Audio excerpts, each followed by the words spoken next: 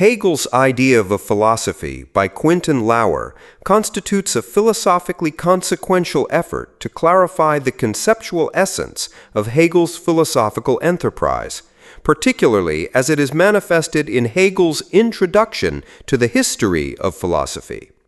This work is neither a mere historical summary nor a perfunctory commentary. It is rather an act of philosophical reflection between Hegel's system and the contemporary reader, rendering accessible, though never simplifying, the speculative depths of Hegel's dialectical thinking.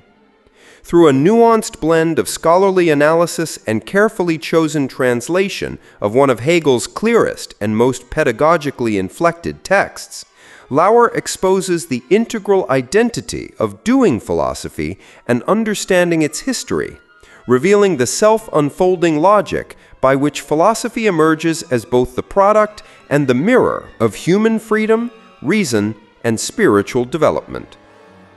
Expanding on this framing, Lauer deliberately situates his study at the intersection of system and history, because in Hegel, these are not separable domains, but mutually implicating dimensions of one and the same philosophical actuality. His preface stresses a point that guides the whole volume.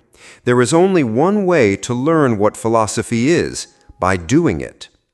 That maxim illuminates Lauer's dual strategy.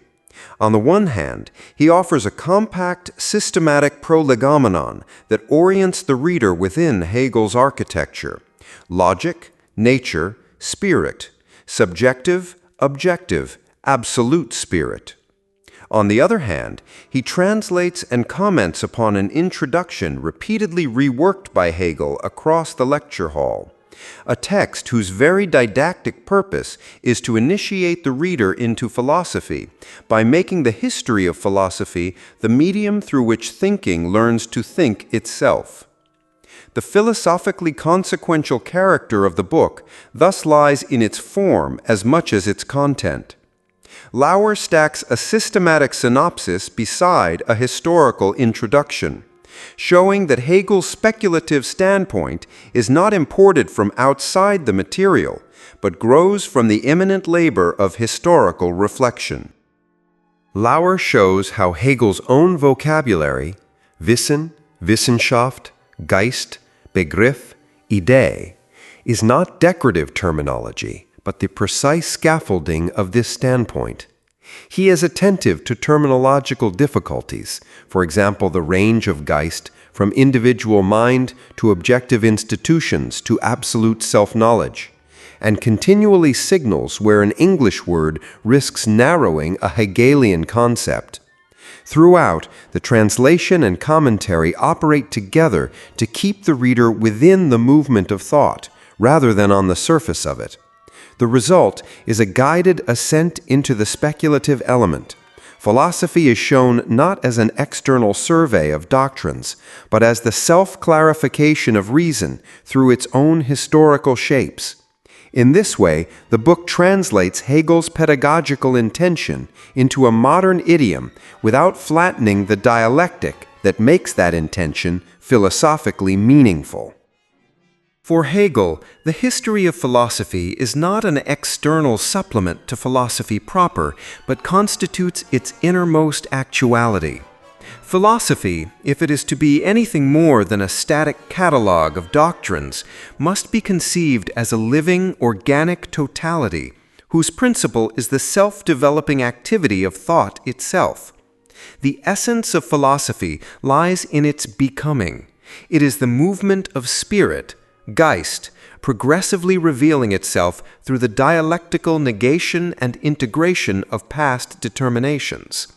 Lauer's interpretation draws attention to this core insight, that philosophy cannot be defined in the static sense of traditional logic, for it is not an object. It is an immanent process of self-determination. Thus, Hegel's proposition that philosophy must be done historically is not a historicist concession, but the highest affirmation of its speculative nature. History is not external to philosophy. It is its mode of actuality. Lauer expands this point by following the structure Hegel gives his introduction. Before recounting any sequence of doctrines, Hegel first clarifies what is meant by thought, concept, idea, and philosophical cognition. Only once these preliminary notions are in hand can one apply them to the history of philosophy without reducing that history to a string of opinions. On this basis, Hegel distinguishes the idea, Idee, the concrete universal that is in itself and for itself, from merely general notions or classificatory abstractions. Lauer emphasizes that this distinction is not scholastic hair-splitting. It is the key that prevents history of philosophy from collapsing either into antiquarianism, fixating on external circumstances, or into formalism, subsuming systems under pre-given categories. The idea is not a timeless essence hovering above history. It is the self-determining universal that appears in and as historical movement. Hence the paradox Hegel carefully maintains and Lauer foregrounds. Philosophy is at once supratemporal in virtue of its truth, and historical in virtue of its actuality. And to understand this coincidence is already to be thinking philosophically. Moreover, Lauer makes clear that Hegel's insistence on the historical character of philosophy is not a surrender to relativism. Precisely because thinking is the activity of the universal, the succession of philosophical standpoints is not accidental but necessary. The manifold is not a chaos of views. It is the unfolding of reason's own concept as it comes to itself by passing through its determinations. In Hegel's words, philosophy is its time comprehended in thought. But in Lauer's explanation, this becomes a two-way illumination. As philosophy comprehends an age, it also comprehends itself more adequately. The standard of adequacy is internal to thought. It is not imposed by the historian from without.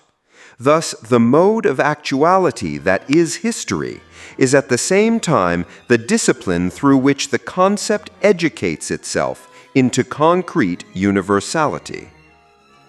Lauer illuminates how, for Hegel, the activity of philosophical thought is inseparable from the history of its development. This history is neither contingent nor accidental, but expresses the necessary stages of reason's self-realization. In this light, figures such as Plato, Aristotle, Descartes, Spinoza, Kant, and others are not isolated thinkers with idiosyncratic systems. They are moments in the logical unfolding of spirit's becoming conscious of itself. The dialectical structure of this development involves the triadic movement from immediacy, an sich, through alienation or contradiction, für sich, to reconciliation and unity, an und für sich. Each philosopher's position, taken in isolation, appears one-sided or partial. Only through the labor of mediation, which Hegel calls the concept, Begriff, can these partial truths be aufgehoben or sublated into a higher totality.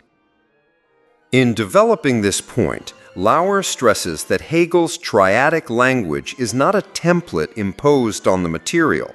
The transitions are generated by the inner necessity of each standpoint. When a position absolutizes one moment, say unqualified being, or subjectivity, or the understanding's fixity, it generates contradictions that can only be resolved by moving to a richer determination that preserves what was true while negating what was one-sided.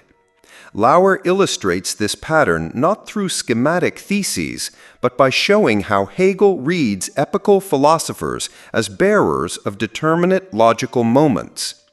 Eleacan insistence on being, Heracleitan becoming, Platonic idea as the unity beyond the opposition, Cartesian certainty of the self, Spinozistic substance as the immanent absolute, Kantian critique as the reconfiguration of finitude and spontaneity. All of these are not merely historical markers, but conceptual necessities in the path of reason to itself. Hegel's history is thus a logic in concrete form, and Lauer's exposition holds these two registers together so that the reader sees in the historical sequence the movement of the concept, and in the concept the intelligibility of the sequence.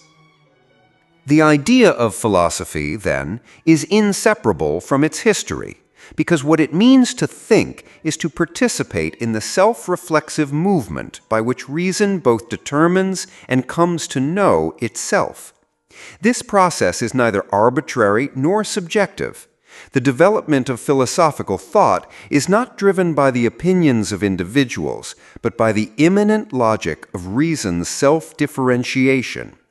It is in this sense that Lauer can affirm with Hegel that the history of philosophy is the history of spirit, the history of freedom as the self-conscious actuality of rational thought. Lauer carefully explains that the culmination of this development is not an abstract universal, but a concrete universal, the idea, which unites being and thought in their total determinacy. The logical, the historical, and the existential converge in this idea, which is not a static result, but the very life of spirit as self-knowing truth. Thank you for listening. This is only a partial recording. You can find the entire book review on simongross.org.